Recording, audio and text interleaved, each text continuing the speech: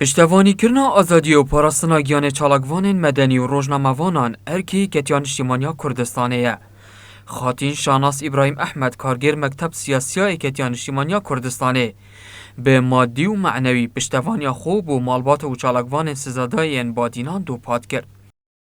کو ام وکلیست کاندیدات لسه پیمانی کردستان ام بچینا بغدا بو وان کیسه تو صو همی او ماده دستوریه عراق دا کو ام بشین براوانی جما في خلک کرد بکین و زیاتر کو اف خلک کردستان اوه چندین ظلم و زورداری لیت هتا کرن نمینتن ببینانی نریتون تراستقین الویره و هلویستا که ما تنت هبیتن برانبر اف کیسه تو صو اوه هنا کرن برانبر خلک کردستانه. مالباتین چالاکوانان داخواست جه بربجیرین لیسته هف پیمانی دیکن. بریکا یاسای براوانی جه آزادیا را در برینه بکن. لدهوکه و زاروکین وانین گرتیجی به زودترین دم بهینه آزاد کرن.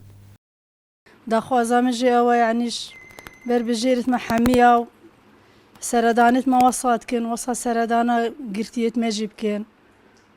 بین آزاد کرن. جه و گلک نخوشه. افروج تلفون هم کرد.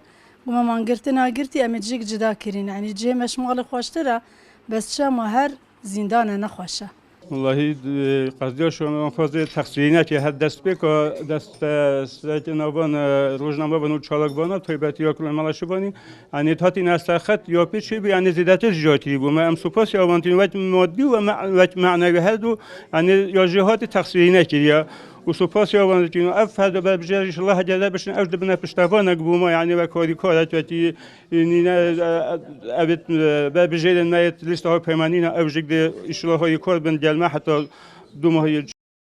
اگه بربجیرین لیسته هف پیمانی کردستانی لبازنه دوی سیمیل و زاخو سوزدای به همیشیانا و تاکراویا حزبی و پیشلکرنا آزادیا بیروران نهیلید. ان شاء الله ام ده هاول دانکو ایدی تر ظلم لوان چالاک وانا لوان روشنامه وانان نه تکرن ام ده کار لسر هندکن کو ایدی تر ظلم لدورا بادینان نه تکرن کو ام دبینن براستیج حتی راده کی گله کی زده ظلم لخلکی ده تکرن.